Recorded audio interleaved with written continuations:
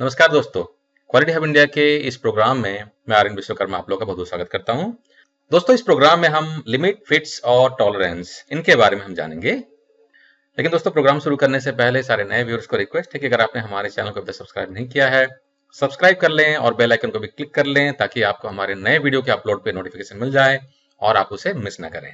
Video पसंद आने पर इसे लाइक करना ना भूलें और इसका लिंक अपने दोस्तों के साथ में, अपने कलीग के साथ में जरूर शेयर करें ताकि उनको भी कुछ सीखने का और हमसे जुड़ने का मौका मिले। अपना कमेंट और अपना व्यू जो है कमेंट बॉक्स में जरूर डालें, जिससे कि हमें हेल्प मिलता है आगे के नए वीडियो बनाने के लिए। तो आइए दोस्तों, प्रोग्राम शुरू करते हैं।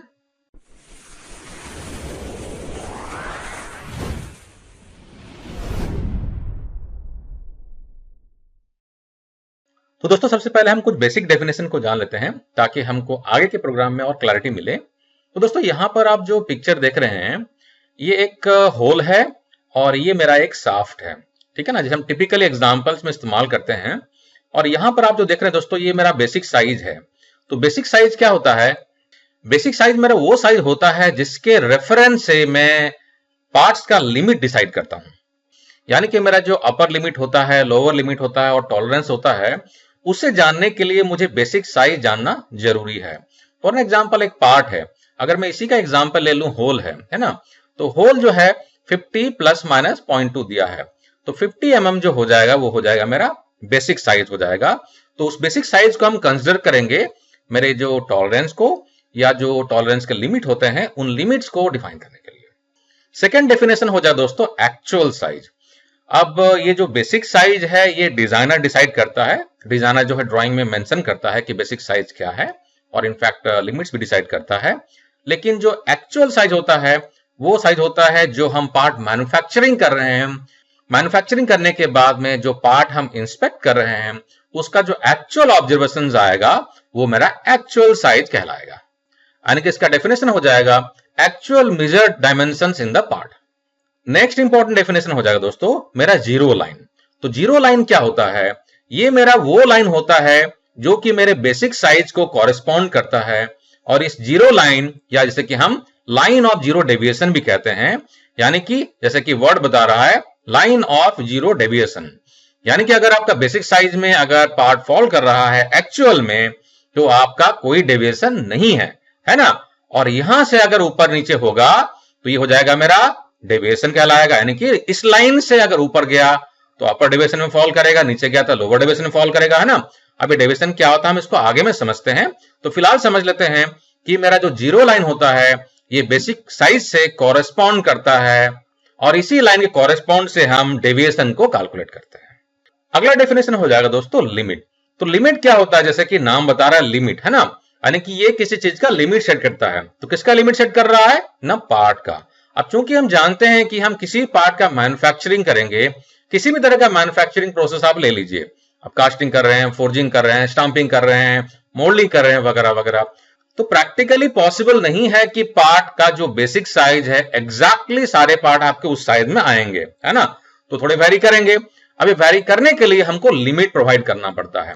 तो लिमिट का डेफिनेशन हो जाएगा to extreme permissible size of the part. यानी कि एक्सट्रीम परमिसिबल साइज क्या हो जाएगा? इसमें हमारा एक हो जाएगा अपर साइड में और एक हो जाएगा लोअर साइड में। तो अपर लिमिट क्या हो जाएगा? अपर लिमिट हो जाएगा मेरा वो जो दो लिमिट है मेरे, दोनों लिमिट में जिसका वैल्यू सबसे ज्यादा है, जो कि मेरे अपर साइड के लिमिट को डिसाइड कर रहा है, उसे हम अपर लिमिट कहेंगे।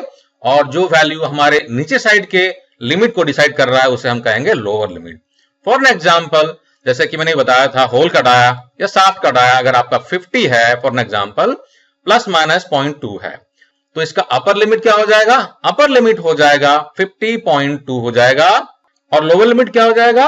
50 माइनस 0.2 यानी कि 49.8 जो हो जाएगा वो हो जाएगा मेरा लोअर लिमिट हो जाएगा। तो दोस्तों, यहां पर आप जो देख रहे हैं इस डायग्राम में, ये मेरा होल हो गया है ना, और इसके अंदर में एक शाफ्ट है। तो अगर मैं होल को देख रहा हूं तो इसका अगर बेसिक साइज में ले लेता हूं 50 का, तो 50 जो हो गया मेरा बेसिक साइज हो गया, ये बेसिक साइज मेरा आ गया 50 का, है ना। और यहां से कॉरेस्पॉन्डिंग मेरा जीरो लाइन का लाइन जा रहा है, इसे कि हम लाइन ऑफ जीरो डेविएशन भी कहते हैं। अब ये जो 50 बेसिक साइज है इसमें डिफरेंसेस तो आएगा मैन्युफैक्चरिंग करते समय में। तो जो अपर साइड का मेरा जो डायमेंशन रहेगा इसे हम कहेंगे मैक्सिमम डायमीटर, जैसे कि मैंने एग्जांपल लिया था 50 प्लस माइनस 0.2, तो 50.2 जो हो जाएगा वो हो जाएगा मैक्सिमम डायमीटर मेरा, और मेरा मिनिमम डायमीटर हो जाएगा 50 माइनस 0.2। तो मैक्सिमम डायमीटर निकल गया मेरा और मिनिमम डायमीटर निकल गया। जब मैं इन दोनों को सब्सट्रैक्ट करूंगा तो क्या निकलेगा, ये मेरा निकलेगा टॉलरेंस। तो ये जो टोटल टॉलरेंस हो जाएगा ये हो जाएगा मेरा maximum diameter minus minimum diameter हो जाएगा टोटल टॉलरेंस। और उसी तरीके से दोस्तों मेरा जो शाफ्ट है, शाफ्ट का भी मेरा एक जीरो लाइन गया है, यानी कि मेरा एक बेसिक साइज रहेगा जो भी डायमेंशन इसका होता है शाफ्ट का, ठीक है ना। तो इसका एक मैक्सिमम डायमीटर होगा। फॉर एन एग्जांपल अगर हम लोग सिमिलर एग्जांपल ले लेते हैं 50 प्लस माइनस 0.2, तो दोस्तों जरूरी नहीं कि आपका अगर होल और शाफ्ट दोनों अगर कुछ असेंबली में इस्तेमाल किए जा रहे हो तो दोनों के दोनों 50 प्लस माइनस 0.2 होंगे। मैं सिर्फ एक एग्जांपल बता रहा हूं यहां पर समझने के हिसाब से। तो शाफ्ट जो है अगर उसका डायमेंशन 50 प्लस माइनस 0.2 है तो इसका मैक्सिमम डायमीटर हो जाएगा 50 प्लस 0.2 यानी कि 50.2 हो जाएगा। मिनिमम डायमीटर हो जाएगा 50 माइनस 0.2 यानी कि 49.8 हो जाएगा। और जो मेरा बेसिक साइज है उसके कॉरेस्पॉन्डिंग मेरा जीरो लाइन जा रहा है, और जीरो लाइन से नीचे अगर आ गया डायमेंशन एक्चुअल में ऑब्जर्व तो आपका लोअर साइड में डेविएशन दिखाएगा, और अगर ऊपर साइड में चला गया तो अपर साइड में डेविएशन हो जाएगा। और यहां पर शाफ्ट वाले केस में मेरा जो टॉलरेंस हो जाएगा सिमिलर तरीके से ये हो जाएगा मेरा maximum diameter minus minimum diameter हो जाएगा मेरा टॉलरेंस। आइए दोस्तों हम टॉलरेंस के बारे में थोड़ा सा और समझते हैं। तो दोस्तों टॉलरेंस जो होते हैं मेरे दो तरह के हो सकते हैं, डायमेंशनल टॉलरेंस और ज्योमेट्रिकल टॉलरेंस। तो डायमेंशनल टॉलरेंस जो कि हमने देखा दोस्तों, पहले हम डायमेंशनल टॉलरेंस के बारे में समझते हैं। खैर ज्योमेट्रिकल टॉलरेंस के बारे में हम इस मॉड्यूल में नहीं समझेंगे, जैसे कि हम पॉपुलरली GD&T यानी कि ज्योमेट्रिकल डायमेंशनल टॉलरेंसिंग के नाम से जानते हैं। काफी बड़ा सब्जेक्ट है, उसके बारे में मैं अलग से एक वीडियो बना दूंगा। तो दोस्तों अगर डायमेंशनल टॉलरेंस की बात करें, the total amount by which specified dimension is permitted to vary, यानी कि मेरा जो अपर लिमिट है माइनस लोअर लिमिट है, दोनों को सब्सट्रैक्ट करने के बाद में जो निकल के आता है वो मेरा कहलाता है टोटल टॉलरेंस कहलाएगा। और दोस्तों डायमेंशनल टॉलरेंसिंग के लिए हम काफी बार ANSI यानी कि अमेरिकन नेशनल स्टैंडर्ड इंस्टीट्यूट के जो स्टैंडर्ड है हम इसका इस्तेमाल करते हैं। तो दोस्तों टॉलरेंस के बारे में हमने जाना है कि अगर एक पार्ट है, कोई पार्ट है, फॉर एग्जांपल अगर एक मशीन पार्ट ले रहे हैं तो मशीन पार्ट का एक बेसिक डायमेंशन होगा, लेकिन बेसिक डायमेंशन हमेशा मीट करना पॉसिबल नहीं होता है, इसलिए डिजाइनर कुछ टॉलरेंस देता है। तो टॉलरेंस क्या होता है, इसमें मेरा एक अपर लिमिट रहेगा, यानी कि कितना मैक्सिमम डायमेंशंस मैन्युफैक्चरिंग करने के बाद में एक्सेप्टेबल रेंज में हो सकता है, उसे हम कहेंगे अपर लिमिट। और लोअर लिमिट वो लिमिट हो जाएगा जो कि मिनिमम साइड में चल सकता है। तो दोनों को जब मैं सब्सट्रैक्ट करूंगा यानी कि upper limit subtracted by lower limit, this would be my total tolerance, ये मेरा टॉलरेंस हो जाएगा। आइए दोस्तों हम समझते हैं कि ये टॉलरेंस देना आखिर जरूरी क्यों होता है। तो दोस्तों पहली बात तो यह है कि ये प्रैक्टिकली इम्पॉसिबल है कि जो भी आपके बेसिक डायमेंशन दिए गए हैं वो एग्जैक्टली मैन्युफैक्चरिंग में हम 0-0 करके हर एक पार्ट में सिमिलर तरीके से मैन्युफैक्चरिंग कर सके, क्योंकि हमें मालूम है कि यहां तक कि मेजरमेंट सिस्टम में भी, यानी कि जिस मेजरमेंट सिस्टम का हम इस्तेमाल करके प्रोसेस के वेरिएशन को समझने की कोशिश कर रहे हैं उस मेजरमेंट सिस्टम में ही अपने आप में वेरिएशन हो सकते हैं, है ना। तो पार्ट के डायमेंशन में तो वेरिएशन होगा ही होगा, तो उसमें हमको टॉलरेंस देना जरूरी है। साथ ही साथ दोस्तों यहाँ पर इंपॉर्टेंट पॉइंट ये है, अगर हमने टॉलरेंस मेंशन नहीं किया और पार्ट मैन्युफैक्चरिंग किया जा रहा है और उसमें अगर हाई रेंज ऑफ वेरिएशंस अगर आ रहे हैं तो या तो हो सकता है कि आपके फिटमेंट में या फॉर्म में या फंक्शन में कुछ ना कुछ प्रॉब्लम क्रिएट करेगा। और अगर आपने टॉलरेंस नहीं दिया और वेरिएशन को अगर आप मिनिमाइज करना चाह रहे हैं तो मैन्युफैक्चरिंग प्रोसेस में काफी कॉम्प्लिकेशंस हो जाएगा, आपको हाई प्रिसीजन मशीन में जाना पड़ेगा वगैरह वगैरह, कॉस्ट काफी बढ़ जाती है ना। तो उसके लिए भी हमें टॉलरेंस मेंशन करना जरूरी होता है। तो दोस्तों टॉलरेंसिंग के कॉन्सिक्वेंसेस क्या होते हैं हमको ये भी समझना जरूरी है, यानी कि टॉलरेंस अगर आप ज्यादा देते हैं या अगर टॉलरेंस आप कम देते हैं तो उसका क्या इंपैक्ट पड़ता है, क्या कॉन्सिक्वेंसेस होते हैं। तो दोस्तों पहली बात तो ये है कि एज ए डिजाइनर, जो भी डिजाइनर है उसको मालूम होना चाहिए कि जो भी आप टॉलरेंस डिसाइड कर रहे हैं ये आपका डिजाइन डॉक्यूमेंट हो जाएगा। इसको जो मैन्युफैक्चरर है मैन्युफैक्चरिंग करेगा तो मैन्युफैक्चरर को प्रोसेस डिजाइन करना पड़ेगा, यानी कि उसको मशीन प्रोक्योरमेंट करना पड़ेगा या मशीन का सिलेक्शन करना पड़ेगा, मेथड डिसाइड करना पड़ेगा वगैरह वगैरह। तो अगर आप टॉलरेंस को कम रखेंगे तो उनके लिए हायर प्रिसीजन के मशीन में जाना जरूरी हो जाएगा, प्रोसेस कंट्रोल बढ़ जाएंगे, इंस्पेक्शन का कॉस्ट बढ़ जाएगा, काफी टाइम कंज्यूम हुआ। और उसी तरीके से अगर आप टॉलरेंस काफी वाइड दे देंगे तो हो सकता है कि पार्ट के फिटमेंट में, फॉर्म में या फंक्शन में कुछ प्रॉब्लम हो सकती है। तो इसलिए डिजाइनर को काफी केयरफुली डिसाइड करना पड़ता है कि किस फीचर्स के, किस डायमेंशन के कितने टॉलरेंसेस रख रहे हैं। साथ ही साथ दोस्तों, अगर आपके टॉलरेंस काफी कम रहेंगे, काफी कॉम्पैक्ट रहेंगे, तो उसको मैन्युफैक्चरिंग करने के लिए, जैसे कि मैंने बताया, हायर प्रेसिजन के आपके मैन्युफैक्चरिंग सिस्टम्स या मशीनरीज आपको सिलेक्ट करने पड़ेंगे, या आपको special method of manufacturing decide करना पड़ेगा। रिजेक्शन भी होने की संभावना काफी बढ़ जाती है और अल्टीमेटली आपका कॉस्ट ऑफ पुअर क्वालिटी काफी सीवियरली इंपैक्ट करेगा। आइए दोस्तों, हम समझते हैं कि अलाउंस और टॉलरेंस में क्या डिफरेंस होता है, क्योंकि काफी बार दोस्तों काफी इंजीनियर जो होते हैं अलाउंस और टॉलरेंस में दोनों में कंफ्यूज होते हैं और कुछ लोग इन दोनों को सेम चीज ही समझते हैं, जो कि नहीं है। तो दोस्तों पहले ले लेते हैं अलाउंस। तो दोस्तों अलाउंस हो जाएगा जो बेसिक डिफरेंस है आपके मेटिंग पार्ट में, यानी कि होल और शाफ्ट में, इन दोनों के डिफरेंस को हम कहेंगे अलाउंस। अगर आपका शाफ्ट का साइज जो है होल के साइज से अगर छोटा होगा तो अलाउंस हो गया पॉजिटिव। अगर शाफ्ट का साइज आपके होल के साइज से बड़ा हो गया तो आपका अलाउंस हो गया नेगेटिव। यानी कि दोस्तों अलाउंस जो हो गया, इसके लिए हम दो मेटिंग पार्ट को सिलेक्ट करते हैं और दोनों के डिफरेंस को चेक करके हम जानते हैं कि ये पॉजिटिव अलाउंस है या नेगेटिव अलाउंस है। यानी कि दोनों में अगर कुछ गैप नजर आ रहा है तो हो गया पॉजिटिव अलाउंस, और अगर गैप नहीं है तो हो गया वो नेगेटिव अलाउंस हो गया। जबकि टॉलरेंस जो होता है दोस्तों, ये टॉलरेंस मेरे दोनों पार्ट में होता है, यानी कि होल जो है इसका भी टॉलरेंस रहेगा, और हमने देखा है टॉलरेंस का डेफिनेशन जो होता है upper limit minus lower limit जो हो जाएगा, ये हो जाएगा टॉलरेंस। तो टॉलरेंस मेरा होल का भी होगा और टॉलरेंस मेरा शाफ्ट का भी होगा, है ना। तरीका सेम ही होता है, अपर लिमिट से लोअर लिमिट को मैं माइनस कर दूंगा, मेरा निकल जाएगा टॉलरेंस। तो टॉलरेंस जो है इंडिविजुअल पार्ट में हो सकता है, लेकिन अलाउंस निकालने के लिए मुझे कम से कम दो पार्ट चाहिए। दोनों पार्ट में अगर गैप नहीं है तो हम बोलेंगे उसको नेगेटिव अलाउंस, अगर गैप है तो उसे हम बोलेंगे पॉजिटिव अलाउंस। आइए दोस्तों हम थोड़ा डेविएशन के बारे में और इलाबोरेटली समझते हैं। दोस्तों यहां पर आप जो पिक्चर देख रहे हैं, ये मेरा एक होल है और ये मेरा एक शाफ्ट है।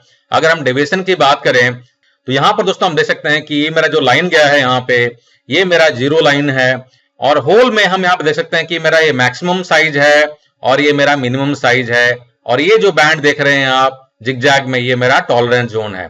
ये मेरा टॉलरेंस जोन हो गया, ये मेरा मैक्सिमम लिमिट हो गया, और यहां से मेरा मिनिमम लिमिट हो रहा है, ये मेरा जीरो लाइन आ रहा है।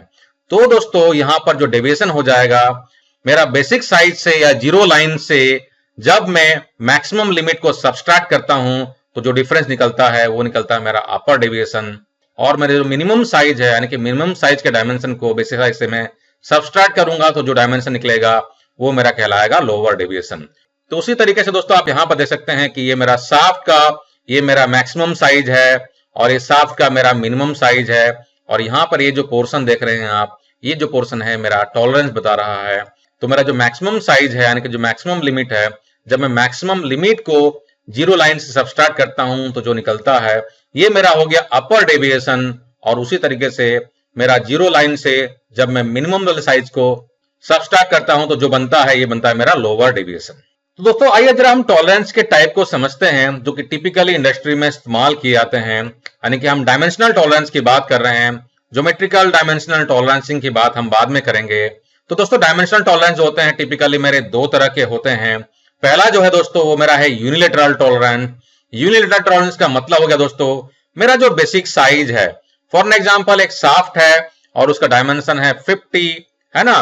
तो 50 जो आपका बेसिक साइज हो गया, अगर टॉलरेंस 50 के प्लस साइड में दिया गया है तो आपका यूनिलैटरल टॉलरेंस हो गया, या अगर आपके 50 के सिर्फ माइनस साइड में दिया गया है तो भी यूनिलैटरल टॉलरेंस हो जाएगा। यानी कि यूनि मतलब हो गया एक, तो यूनिलैटरल टॉलरेंस का मतलब हो गया एक साइड में दिया हुआ टॉलरेंस, और एक साइड का मतलब आपका ऊपर वाले साइड में भी हो सकता है और नीचे वाले साइड में भी हो सकता है। यानी कि बेसिक साइज जो आपका होता है उसके किसी एक साइड में जब टॉलरेंस दिया हुआ रहे उसे हम कहेंगे यूनिलैटरल टॉलरेंस। और उसी तरीके से दोस्तों मेरा बायलैटरल टॉलरेंस होता है, यानी कि मेरा जो बेसिक साइज है, बेसिक साइज के अगर मेरे ऊपर और नीचे दोनों साइड में अगर लिमिट दिया हुआ रहे, यानी कि अपर लिमिट भी है और लोअर लिमिट भी दिया हुआ है, तो इसे हम कहेंगे इसमें अपर टॉलरेंस भी है और लोअर टॉलरेंस भी है, यानी कि इसमें बायलैटरल टॉलरेंस है। बाय का मतलब दो हो गया, यानी कि tolerance given on both side of the basic size. ये हो गया मेरा बायलैटरल टॉलरेंस। तो दोस्तों एक एग्जांपल समझते हैं इन डायमेंशनल टॉलरेंस के बारे में, यानी कि यूनिलैटरल और बायलैटरल टॉलरेंस के बारे में।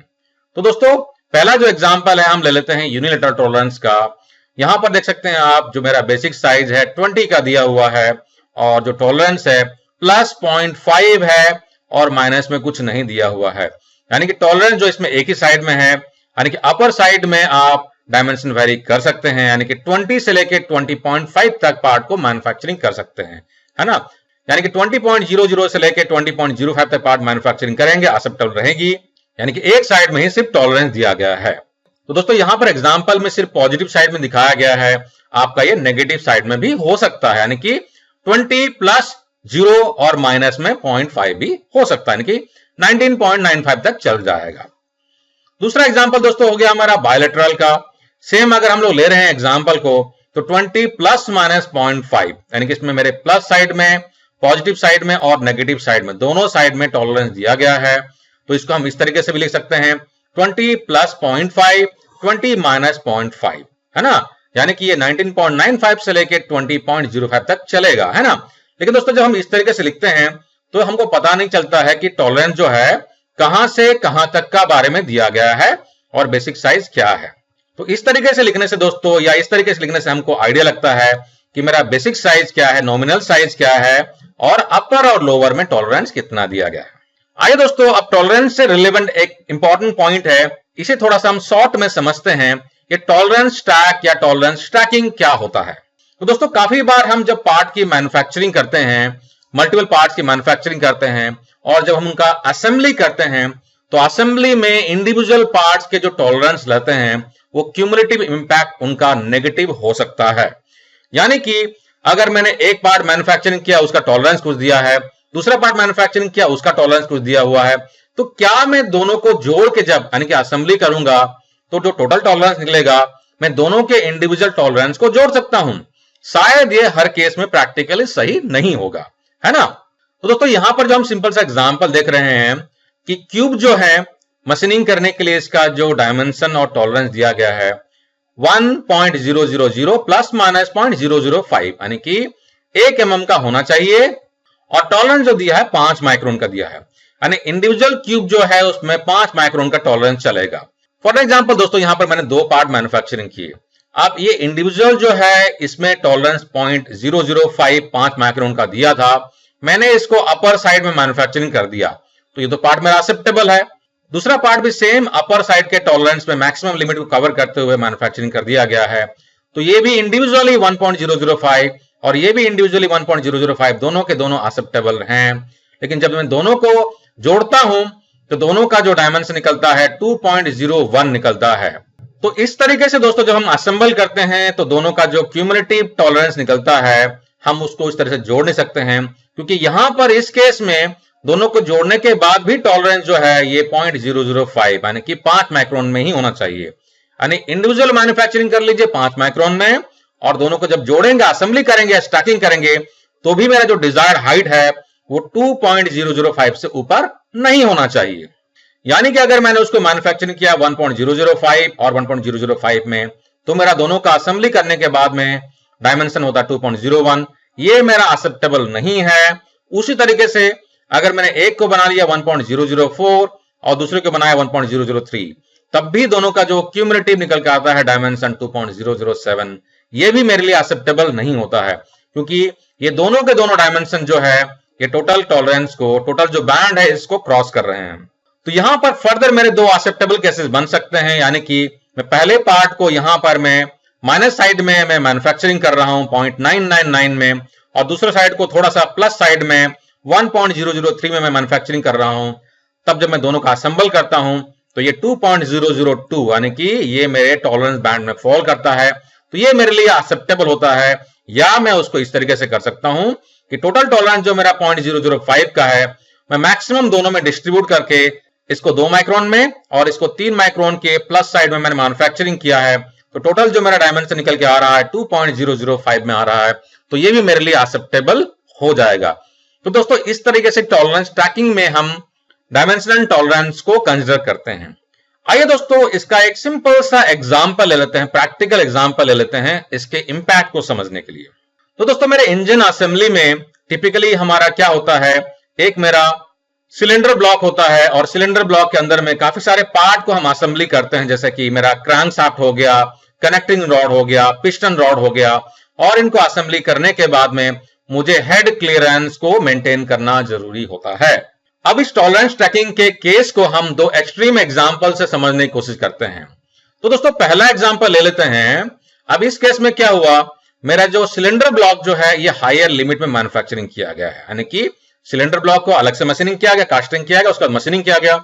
मशीनिंग करने के बाद में सिलेंडर ब्लॉक का जो हाइट है मैन्युफैक्चरर ने मैक्सिमम साइड में बना दिया, चलेगा, कोई प्रॉब्लम नहीं है, क्योंकि इंडिविजुअली उसको जो डायमेंशन दिया गया तो उसने उसके हिसाब से मैन्युफैक्चरिंग कर दिया, तो पार्ट उसका एक्सेप्टेबल हो गया। या फॉर एन एग्जांपल वो पार्ट आप किसी सप्लायर से बना के आप ले रहे थे, तो सप्लायर ने मैक्सिमम साइड में मैन्युफैक्चरिंग कर दिया, तो आप तो रिजेक्ट नहीं कर सकते हैं क्योंकि उसने टॉलरेंस के अंदर बनाया है, आपने एक्सेप्ट कर लिया।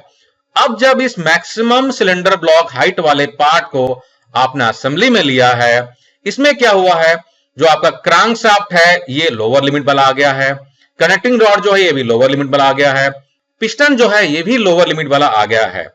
तो जब आपने इसको असेंबली कर दिया, अब चूंकि इसके इंडिविजुअली पार्ट जो अंदर में असेंबली हो रहे हैं सारे के सारे नेगेटिव वाले या लोअर लिमिट वाले आ गए हैं, तो इनको असेंबली करने के बाद में यहां पर आपका हेड क्लियरेंस जो है काफी ज्यादा हो जाएगा।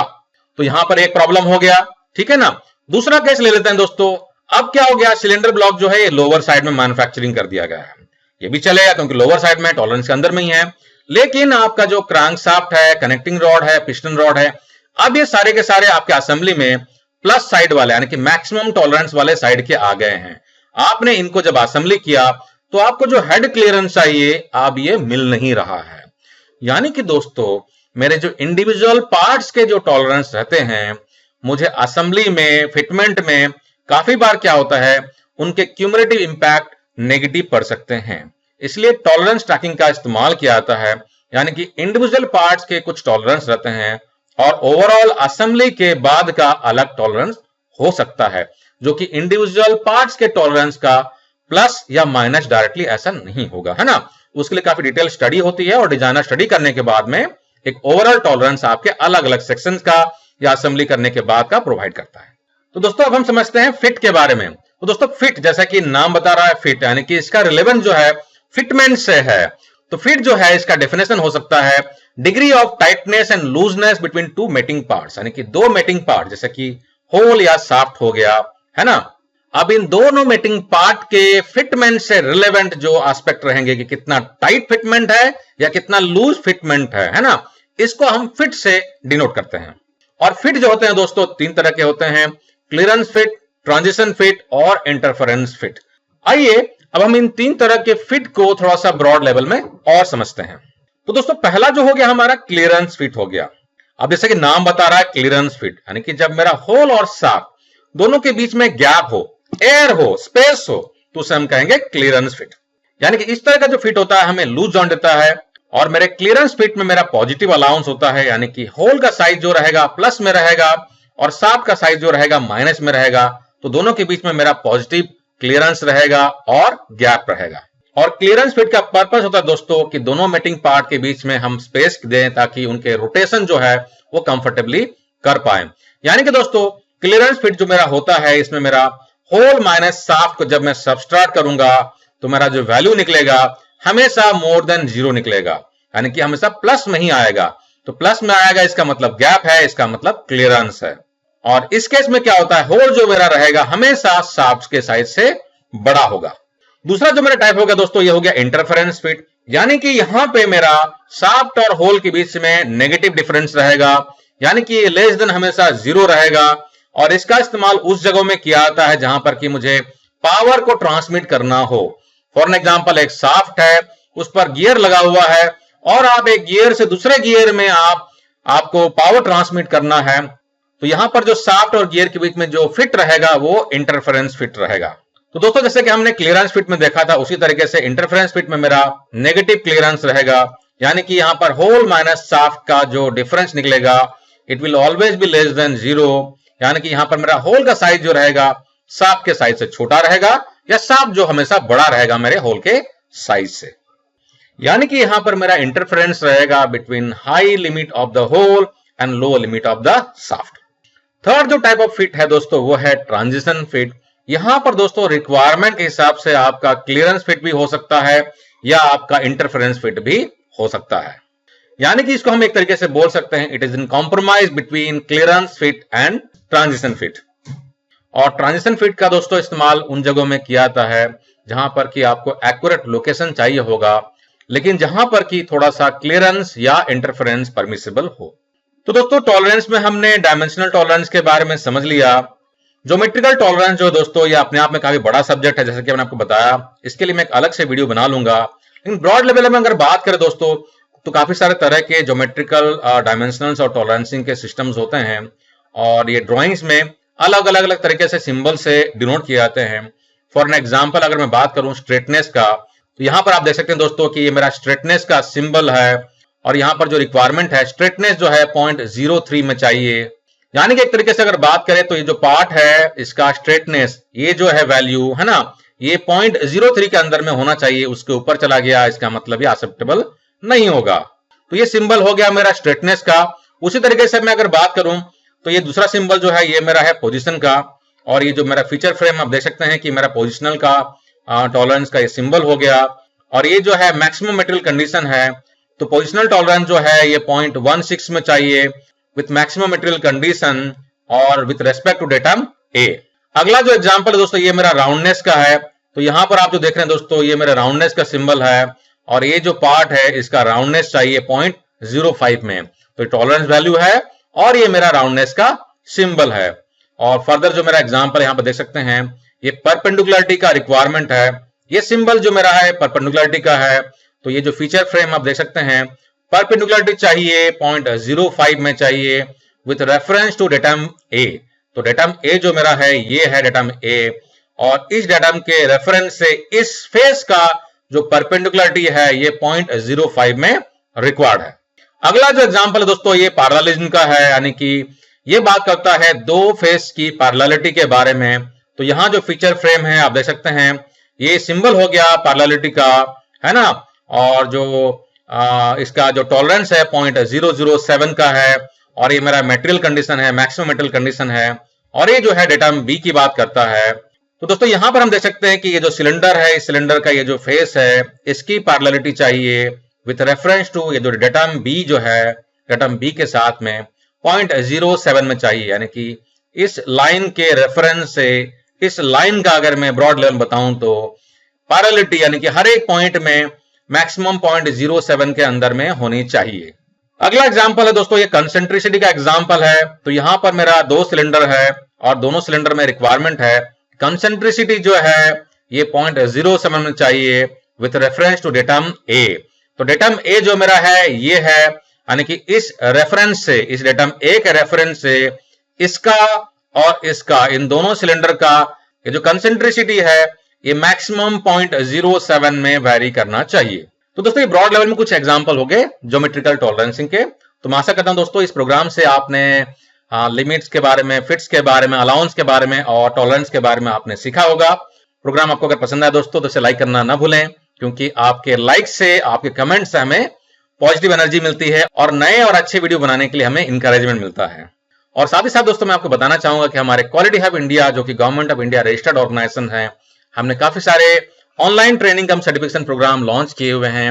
आप हमारे वेबसाइट को विजिट कर सकते हैं www.qualityhubindia.com में और वहां विजिट करके हमारे कोर्सेज को चेक कर सकते हैं और ऑनलाइन उन्हें आप क्रेडिट कार्ड, डेबिट कार्ड से बाय करके घर बैठे काफी सारी चीजें सीख सकते हैं और अपने करियर को नई ऊंचाई में लेके जा सकते हैं।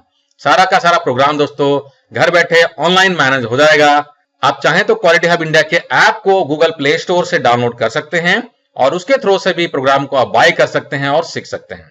किसी भी तरह के डाउट होने पर दोस्तों आप हमारे मेल आईडी पे या हमारे फोन नंबर पे आप हमें कांटेक्ट करें। इसी के साथ दोस्तों मैं आर्यन विश्वकर्मा आपसे विदा लेता हूं। अगले प्रोग्राम में फिर मिलेंगे। टेक केयर दोस्तों, जय हिंद।